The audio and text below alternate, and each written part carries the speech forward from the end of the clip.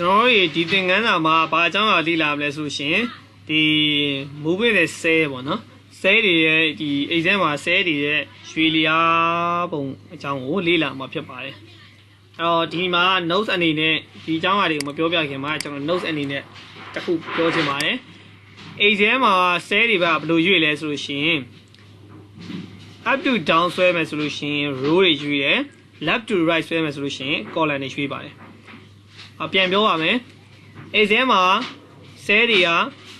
up to down သွားမယ်ဆိုလို့ရှင် row တွေရွေ့ပြီးတော့ left to right သွားမယ်ဆိုလို့ရှင် column တွေရွေ့ပါတယ်ဒီ notes လေးကိုမှတ်ပေးထားပါအဲ့တော့ကျွန်တော်တို့သင်ခန်းစာလေးစလိုက်အောင်သင်ခန်းစာလေးစလိုက်အောင်ဆိုတော့ကျွန်တော်တို့ဒီမှာပေါင်းကြည့်အောင်ပေါ့နော်ကျွန်တော်တို့ပုံမှန်မှာကျွန်တော်တို့ဒါလေးတွေကိုပေါင်းနေပေါ့နော်အဲ့တော့ equal ကျွန်တော်တို့တွေပေါင်းမယ်တစ်ခုနဲ့တစ်ခုပေါင်းမယ် okay ဒါလေးကိုဆွဲချလိုက်မယ်နော်โอเคအဲ့တော့ဒီမှာအခုလိုပေါင်းလိုက်ခြင်းအပြင်ကျွန်တော်တို့ရဲ့ဒီပေါင်းထားတဲ့ cell တွေကိုကြည့်လိုက်เนาะကျွန်တော်တို့ရဲ့ဒီပေါ့နော် criteria လို့ခေါ်တာပေါ့နော် criteria argument လို့ခေါ်တယ်ဒီအဲ့ criteria လေးတွေကဘာဖြစ်နေလဲဆိုလို့ရှိရင်တစ်ခုချင်းစီအောက်ကိုဆင်းသွားတာကိုတွေ့မြင်ရလိမ့်မယ်เนาะဒီမှာစပေါင်းလိုက်တယ်ပြီးတော့ဆွဲချလိုက်တဲ့အခါမှာเนาะဒီ cell ကွက်လေးတွေဘာဖြစ်လဲ row လေးတွေအောက်ကိုတစ်ခုချင်းစီကျသွားတာကိုတွေ့ရတယ်အဲ့တော့ဒီမှာဆိုလို့ရှိရင် up to down ဆွဲလိုက်တဲ့အချိန်မှာဘာတွေရွေ့သွားတာတွေ့လဲ row တွေရွေ့တယ်เนาะအဲ့တော့ခုနက note ကိုပြန်ရွတ်ပြပါမယ် up to down ဆွဲရင် exam မှာ row တွေရွေ့တယ် left to right သွားရင် column တွေရွေ့ပါတယ်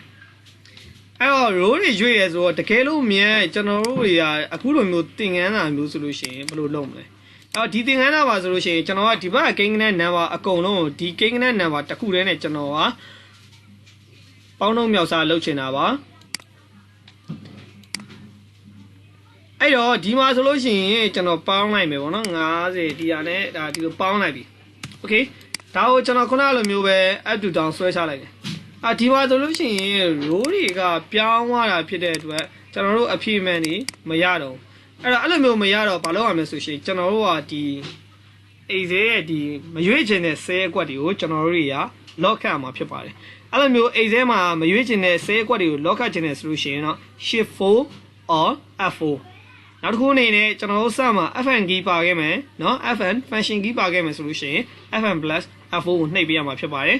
ဒီမှာလည်းရေးပြပေးထားပါတယ်เนาะအဲ့ထဲကို lock ခတ်ချင်တယ်ဆိုလို့ရှိရင်တော့ဒီ key လေးတွေကိုကျွန်တော်တို့နှိပ်ပေးရမှာဖြစ်ပါတယ်အဲ့တော့အခုဆိုလို့ရှိရင်ဒီမှာဒီ row ကိုကျွန်တော်တို့တွေကပေါ့နော်ဒီ row ဆိုရတဲ့ဒီ cell အကွက်ကိုကျွန်တော်တို့တွေက row တွေရွေ့တာဖြစ်တဲ့အတွက်ကျွန်တော်ကသူ့ရဲ့ဒီ cell အကွက်ရဲ့ row ကိုကျွန်တော်တို့တွေကဘာသွားလုပ်မလဲဆိုရှင် lock သွားခတ်မှာဖြစ်တယ်အဲ့တော့ row နေလဲဆိုလို့ရှိရင် row number 4เนาะ row number 4ကိုကျွန်တော်တို့တွေကဘာလုပ်မလဲဆိုတော့ lock ခတ်မယ်အဲ့တော့ row number 4ရဲ့အရှိမ cursor ချပြီးတော့ကျွန်တော်ဒီ shift 4လေးနှိပ်လိုက်မယ်ဒါဆိုရင်အခုလိုမျိုး dollar sign လေးနဲ့ပြတာလေးကဒါပါလဲဆိုရှင် excel တွေကိုဒီ cell တွေကို lock ခတ်ထားရဲဆိုတာကိုသိနေရပါမယ်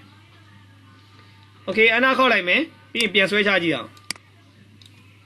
ဒါဆိုရင်တော့ကျွန်တော်တို့ရဲ့ဒီကိန်းနဲ့တန်ဖိုးတွေပြောင်းလဲသွားမှာဖြစ်တယ်เนาะအဲ့တော့ဒီမှာအောက်ကကွက်လေးနှိပ်ကြည့်မယ်သူ့ရဲ့ဒီပုံမှာလေးကြည့်ကြည့်ပါเนาะလုံးဝဒီ row ကလုံးဝလိုက်ပြီးတော့ရွေ့မနေတော့ပါဘူးเนาะ lock ခတ်ထားတဲ့အတွက်โอเคနောက်တစ်ခုအနေနဲ့ကျွန်တော်တို့ဆက်လက်လေ့လာမှာတော့ဗာလဲဆိုလို့ရှိရင်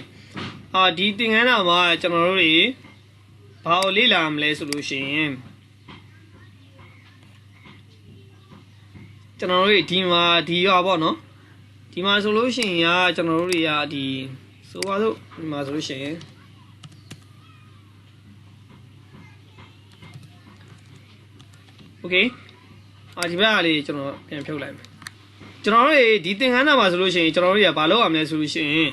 ဒီပေါ့သူ့ရဲ့ကုန်ပစ္စည်းတွေကတခုကိုဒီဒေါ်လာ150ပေးရတယ်ဒါတော့ကျွန်တော်တို့တွေကဒီနေ့လိုက်ပေါ့နော်ကျွန်တော်တို့ဒီဒေါ်လာ exchange rate တွေပြောင်းသွားတဲ့ပုံမူတည်ပြီးကျွန်တော်တို့တွေကတွက်ချက်ပဲပုံစံပါအဲ့တော့ဒီမှာဆိုလို့ရှိရင်ကျွန်တော်တို့တွေကဒီမြောက်လိုက်မယ်ပေါ့နော်အဲ့တော့ဒီမှာဆိုလို့ရှိရင် equal ဒီ rate နှုန်း exchange rate နှုန်းနဲ့ကျွန်တော်တို့ဒီဒေါ်လာနဲ့ကိုကျွန်တော်မြောက်လိုက်မယ်အဲ့ဒီနေရာမှာကျွန်တော်တို့တွေကအခုလိုမျိုးဒီမှာဆွဲချရမယ်ဆိုလို့ရှိရင် chain တွေကျွန်တော်တို့တွေ up to down ဆွဲရင်ဘာတွေရွေ့လဲ exam မှာ row တွေရွေ့တယ်အဲ့တော့ row တွေရွေ့တာဖြစ်တဲ့အတွက်ကျွန်တော်တို့တွေအဖြေမှန်မရနိုင်တော့ဘူးပေါ့နော်အဖြေမှန်မတွက်ချက်ပေးနိုင်တာတွေလည်းကြုံရလိမ့်မယ်အဲ့လိုမျိုးပြဿနာတွေမကြုံအောင်ကျွန်တော်တို့တွေကဘာလုပ်ပေးရမလဲဆိုရှင် lock ခတ်ပေးရပါမယ်အဲ့တော့ဘယ် cell ကွက် lock ခတ်ရမလဲဆိုရှင်ဒီကုန်ပစ္စည်းရဲ့ဒီအရာကို lock ခတ်ပေးရမှာနော်ဒီ ဈေးကိုအဲ့တော့ကျွန်တော်တို့ဒီမှာ row အနေနဲ့ဆိုလို့ရှင် 12lock ခတ်မယ် shift 4နှိပ်မယ် okay အနာခောက်မယ်ပြီးတော့ဆွဲချလိုက်မယ် အခုလိုမျိုးပုံစံတွေမှာကျွန်တော်တို့ဒီ cell တွေကို lock ခြင်းအဖြစ်ကျွန်တော်တို့တွေအခုလိုမျိုးတွေကျွန်တော်တို့တွက်ချက်လို့ရပါတယ်နောက်တစ်ခုအနေနဲ့ကျွန်တော်တို့တွေဒီမှာဗါလဲဆိုလို့ရှိရင်ကျွန်တော်တို့တွေဒီ moving နဲ့ cell အနေနဲ့ကကျွန်တော်တို့ column တွေကိုဆက်လက်လေ့လာကြည့်အောင်ဒီမှာဆိုလို့ရှိရင်လည်းကျွန်တော်တို့ပေါင်းမယ်ဒီဘက်ဆွဲလိုက် Okay အဲ့တော့ဒီမှာကြည့်ကြည့်လိုက်ဘာရွေ့သွားတွေ့ရ left to right ဆွဲတာ column တွေရွေ့သွားတာကိုတွေ့မြင်ရတယ်နော် column တွေရွေ့သွားလိုက်ရွေ့လာတာကိုတွေ့မြင်ရတယ်